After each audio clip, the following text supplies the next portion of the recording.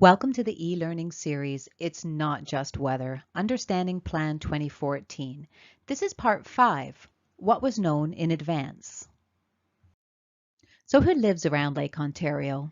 Well, according to Plan 2014, approximately 60% of the Lake Ontario and St. Lawrence River shoreline is residential land use. An estimated 25,000 privately owned riparian properties are located on Lake Ontario and the St. Lawrence River upstream of the Moses Saunders Dam. More than 3,000 shoreline property parcels are located below the elevation of 76.2 meters or 250 feet, and according to Plan 2014, they could be at risk of flooding. Plan 2014 acknowledges the increase in flooding, erosion, and damages. This graph on the left shows the increase in the Lake Ontario coastal damage under Plan 2014 by type, flooding and erosion, and you can see shoreline protection is the bulk of that pie graph. Quote out of Plan 2014, coastal damage will occur no matter the regulation plan. Most of the damage is to shore protection structures and not homes. More often than not, Plan 2014 would increase damages compared to Plan 1958 DD. So it's right in their own plan, acknowledging that there will be an increase in damages compared to the old plan. But municipalities were not warned or given funds to prepare, to mitigate, or to respond. According to Plan 2014, there will be winners and there will be losers. When they looked at the economic benefits, they used the baseline of the Plan 1958 DD. When you compare Plan 2014, hydropower came out as a winner at $5.26 million annually in 2005 dollars. However, the coastal communities came out as the losers at $2.24 million in damages or injury in same 2005 dollars. However, these are grossly underestimated. Prior to the adoption of Plan 2014, the IJC studied various regulation plans. There was an IJC study board who recommended these plans that are here in the yellow. So Plan A, Plan B+, and Plan D. So this shows us the increased environmental benefit as a ratio to Plan 1958 DD. And you can see that the alternative plans, Plan BV7 and Plan 2014, had roughly the same environmental benefit. Now, when you look, however, at the increased damages down at the ruler on the bottom, Plan 1958 DD is the 0 mark. Plan D would have actually had increased benefit to the shoreline. Plan A and Plan B plus had some increase in damages, but Plan 2014 by far had the most severe damages. Why is that? The International Joint Commission knew that this would bring flooding, but they built in protections for shipping at the expense of the shoreline. This comes from the U.S. Department of Transportation website, and I'm going to read these quotes.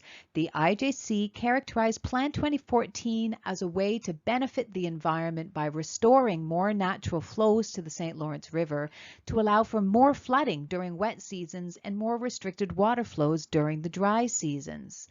During the 2 years of interagency negotiation, the Department of Transportation and the St. Lawrence Seaway Development Corporation supported the inclusion of environmental considerations, but they had concerns regarding Plan 2014's negative implication for the navigability of the seaway by virtue of requirements that would negatively impact safe navigation in the seaway and be in violation of the 1909 treaty.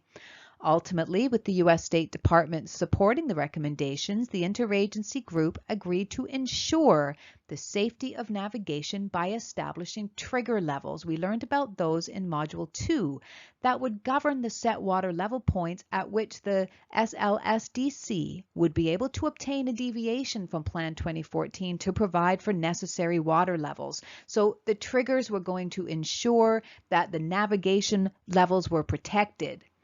Since the IJC's December 2016 announcement of the approved Plan 2014, environmental groups and shipping industry representatives have expressed support for the new water regulation plan.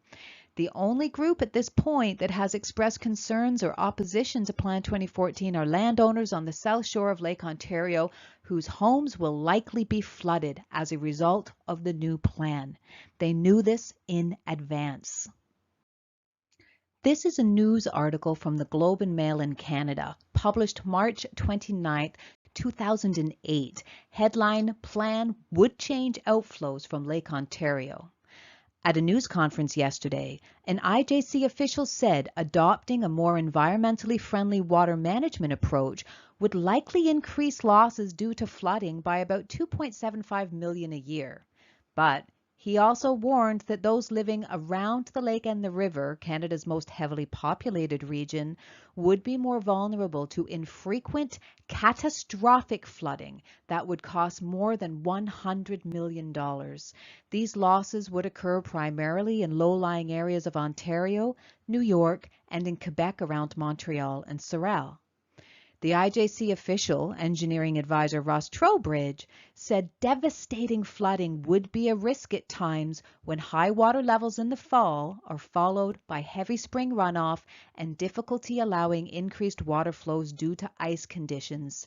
These very conditions have presented themselves 2 out of 3 years, and the cost has been significantly higher than $100 million in 2017 and 2019. They knew this in advance. Despite the extreme risk, Plan 2014 says the damage will be minimal. However, the minimal damage calculations for Plan 2014 only considered the additional costs of shoreline protection structures on private properties at $2001 values, and they were grossly undervalued, upwards of 40% undervalued. The following costs were not included in their damage calculations: the cost of emergency response, damage to municipal infrastructure like road, drainage, and sewer, damage to public parks and beaches, damages to properties on bays, inlets, and creeks, lost economic activity from shoreline businesses, lost taxes due to decreased property values, and it also did not consider the marshes, streams, and ponds that are directly impacted by the very high levels of Lake Ontario. Thank you for watching Part 5, What They Knew in Advance. Up next, Part 6, Treaty of 1909 and the Conditions of Approval.